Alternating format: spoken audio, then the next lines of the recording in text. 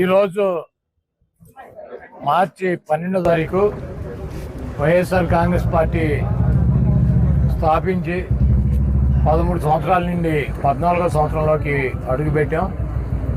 YS Jaganmohan Reddy గారు 2011లో కాంగ్రెస్ పార్టీని వదిలి పార్లమెంట్ సభ్యత్వాన్ని వదిలి ఆయన పార్టీ పెట్టి మొట్టమొదటి ఎన్నికల్లో ఆంధ్రప్రదేశ్లోనే రికార్డు మెజారిటీతో 5,35,000తో పార్లమెంటు సభ్యుడిగా, ఆయన తల్లి విజయమ్మ గారు పులివెందుల నుంచి శాసనసభ్యురాలుగా అఖండ మెజార్టీతో శాసనసభ్యుడిని పార్లమెంటుని గెలిపించారు. అదేవిధంగా ఆ తర్వాత జరిగినటువంటి బై ఎన్నికల్లో మరి మెజార్టీ సీట్లు 18-15 సీట్లు గెలిచి ఆయన శక్తి ఏంటో నిరూపించుకున్నారు. ఆ తర్వాత నెల్లూరు పార్లమెంటు కానివ్వండి, అదేవిధంగా కొవ్వూరు అసెంబ్లీ కూడా గెలవడం జరిగింది. 2014లో జరిగినటువంటి ఎన్నికల్లో పార్టీ నిర్మాణం పూర్తిగా లేకపోయినప్పటికీ జగన్మోహన్ రెడ్డి గారి మీద అక్రమ కేసులు పెట్టి 16 నెలలు జైల్లో బంధించినప్పటికీ 2014లో జరిగిన ఎన్నికల్లో మరి చంద్రబాబు నాయుడు, ఇదే పవన్ కళ్యాణ్, ఇదే మోడీ గారు కలిసి జగన్మోహన్ రెడ్డి గారిని ఓడించాలని ప్రయత్నం చేసినా కూడా 67 సీట్లతో బలమైనటువంటి ప్రతిపక్ష నాయకుడిగా ఆయన ఈ రాష్ట్రానికి అయ్యాడు.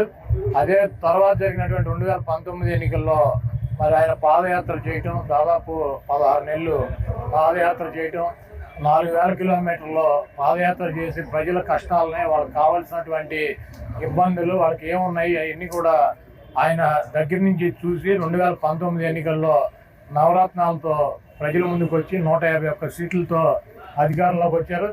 ఈరోజు మళ్ళీ ఈ సంవత్సరం 3వ ఎన్నిక మేము జనరల్ ఎన్నికల్లో పోటీ చేస్తున్నాం.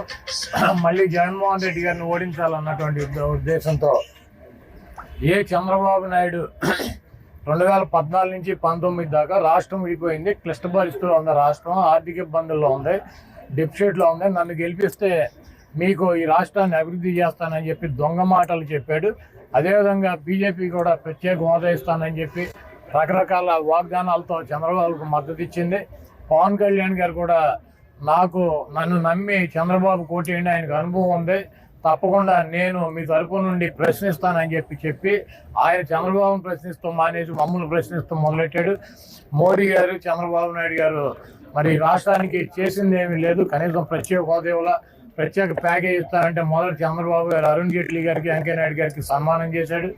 ఆ తర్వాత ప్రజల్లో తీవ్ర వ్యతిరేకత వస్తే ఈయన ప్రత్యేక హోదాని గంగలో కలిపేసి, తుంగలో కలిపేసి, ఆ తర్వాత ప్రజల్లో వ్యతిరేకత వచ్చినాక నల్ల షర్ట్ వేసుకుని మోడీ మతాతో పార్టీ అనేది అది ముస్లిమ్స్ మీద దాడి చేసిందని, క్రైస్తవుల మీద దాడి చేసిందని, మోడీ గారికి భార్య లేదని, మోడీ గారికి పిల్లలు లేదని, భార్య పిల్లలనే చూసుకోలేనటువంటి ప్రధాని ఈ దేశానికి ఎందుకు పనికి వస్తాడని చెప్పి కాంగ్రెస్ పార్టీతో కలిసి మోడీ గారిని ఓడిస్తానని చెప్పి ప్రగల్భాలు పలికాడు.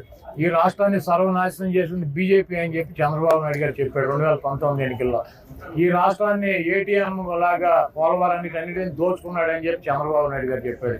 ఇదే పవన్ కళ్యాణ్ గారు అయితే మోడీ గారు పాచిపోయిన లడ్డూలు ఇచ్చాడు, నీకు అర్థమవుదేమో తెలుగులో చెప్తే అని చెప్పి హిందీలో కూడా చెప్పాడు ఆయనకి. మళ్ళీ చంద్రబాబు నాయుడు అవినీతి పరుడు, లోకేష్ అవినీతి పరుడు, నా తల్లిని దూషించారు, ఈ తెలుగుదేశం పార్టీని అంతం చేస్తానని చెప్పి పవన్ కళ్యాణ్ గారు పెద్ద పెద్ద ప్రగల్భాలు పలికాడు. ఇప్పుడు మళ్ళీ ఎందుకు కలిశారు అంటే రాష్ట్రం విధ్వంసం. రాష్ట్రం ఏం విధ్వంసం అయిపోయింది? 2,50,000 కోట్ల రూపాయలతో పేద వర్గాలకి, ఎస్సీలు కానీ, ఎస్టీలు కానీ, బీసీలు కానీ, మైనార్టీలు కానీ వాళ్ళ అకౌంట్లకి 2,50,000 కోట్ల రూపాయలు డబ్బులు వెళ్తే రాష్ట్రం నాశనం అయిపోయిందా? నాడు నేడు కింద 45,000 స్కూల్స్ను ఆధునీకరించి ఇంగ్లీష్ మీడియం తీసుకొచ్చి బట్టలు ఇచ్చి, పబ్బులు ఇచ్చి, సాక్స్ ఇచ్చి, ఇంగ్లీష్ మీడియం విద్య చెప్పి స్కూల్స్ను బాగు చేసినందుకు రాష్ట్రం పాడైపోయిందా? లేకపోతే స్వతంత్రం వచ్చిన 70 సంవత్సరాల్లో 17 మెడికల్ కాలేజీలు కడితే జగన్మోహన్ రెడ్డి గారు 17 మెడికల్ కాలేజీలు నిర్మాణం చేసి వాటిని పూర్తి చేసినందుకు రాష్ట్రం పాడైపోయిందా? కేంద్ర ప్రభుత్వం నుంచి అనేక నిధులు తీసుకొచ్చి నేషనల్ హైవేలు 4 వేలు చేసినందుకు రాష్ట్రం నాశనం అయిపోయిందా? లేకపోతే ఫిషింగ్ 940 కిలోమీటర్లలో సముద్ర తీరం ఉంది, 10 ఫిషింగ్ జెట్టీలు కట్టినందుకు రాష్ట్రం నాశనం అయిపోయిందా? 4 పోర్టులు కడుతున్నందుకు రాష్ట్రం నాశనం అయిపోయిందా? ఈరోజు అనేక కంపెనీలు, ప్రైవేట్ కంపెనీలు పెట్టుబడులు పెట్టి ఇక్కడ ఈ రాష్ట్రంలో అనేక పెద్ద పెద్ద సంస్థలన్నీ కూడా రాష్ట్రానికి వస్తున్నందుకు ఈ రాష్ట్రం నాశనం అయిపోయిందా?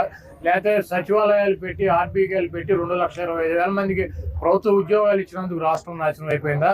లేకపోతే 2 లక్షల మంది వాలంటీర్లు పెట్టి ప్రభుత్వానికి సచివాలయాలకి మధ్యలో ప్రజలకి అందాల్సినటువంటి ప్రతి కార్యక్రమాన్ని ప్రజలకి వాలంటీర్ల ద్వారా అందిస్తున్నందుకు, ప్రభుత్వాన్ని తీసుకొచ్చి గ్రామాల్లో తీసుకొచ్చినందుకు, గాంధీ గారి కళ్ళకు అన్నటువంటి గ్రామ స్వరాజ్యం తీసుకొచ్చినందుకు రాష్ట్రం నాశనం అయిపోయిందా?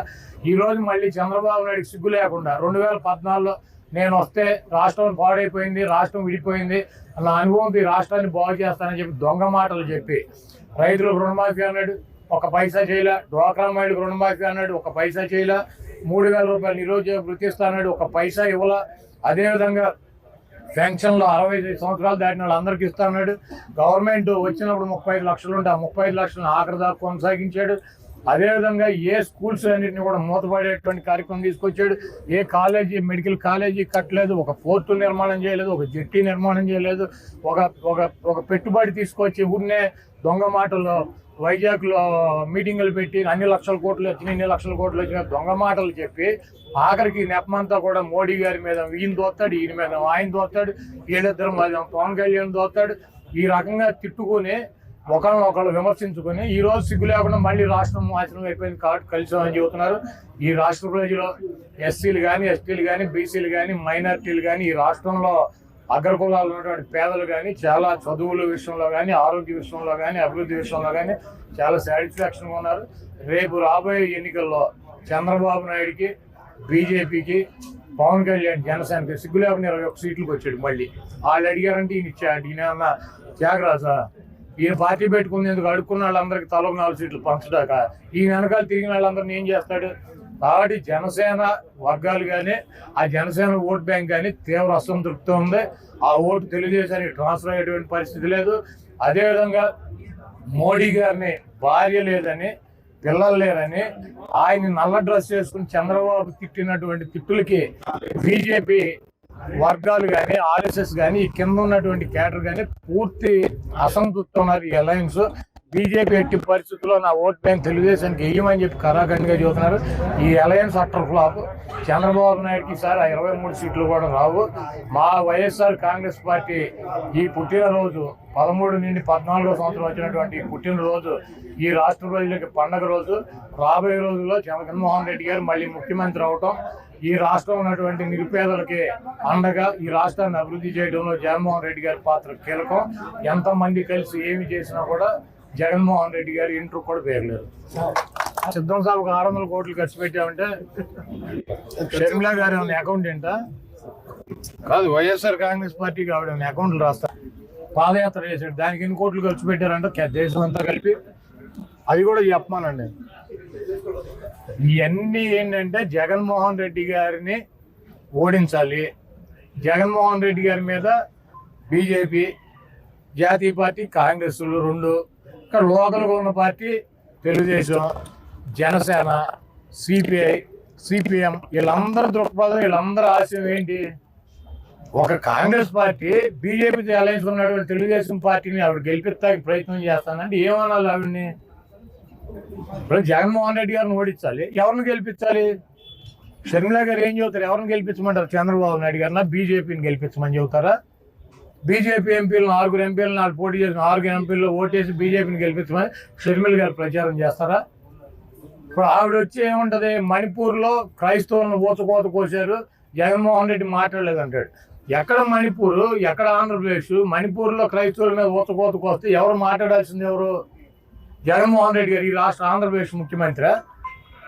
ఈవిడ వెళ్ళిందా మణిపూర్? ఈవిడ వెళ్ళిందా? తెలంగాణనే నాది, తెలంగాణనే నేను, తెలంగాణలోనే అన్ని అని తెలంగాణ తిరిగింది. ఆ రోజు మణిపూర్ గురించి ఎందుకు మాట్లాడాల? మరి ఫాస్ట్గా ఉన్నటువంటి బ్రదర్ అనిల్ గారు వెళ్ళాడు అక్కడికి, లేకపోతే కాంగ్రెస్ పార్టీకి సంబంధించినటువంటి సోనియా గాంధీ వెళ్ళిందా? రాహుల్ గాంధీ వెళ్ళాడా? ప్రియాంక గాంధీ వెళ్ళిందా? వాళ్ళంతా ఎన్నికల ప్రచారంలో ఎక్కడ ప్రచారం ఎన్నికలు ఉంటే అక్కడ ప్రచారం చేసుకున్నారు. ఇప్పుడు సిగ్గు లేకుండా అదే బీజేపీ పార్టీ ఊచకోత కోసిందనేమో ఆవిడ చెప్పుద్ది.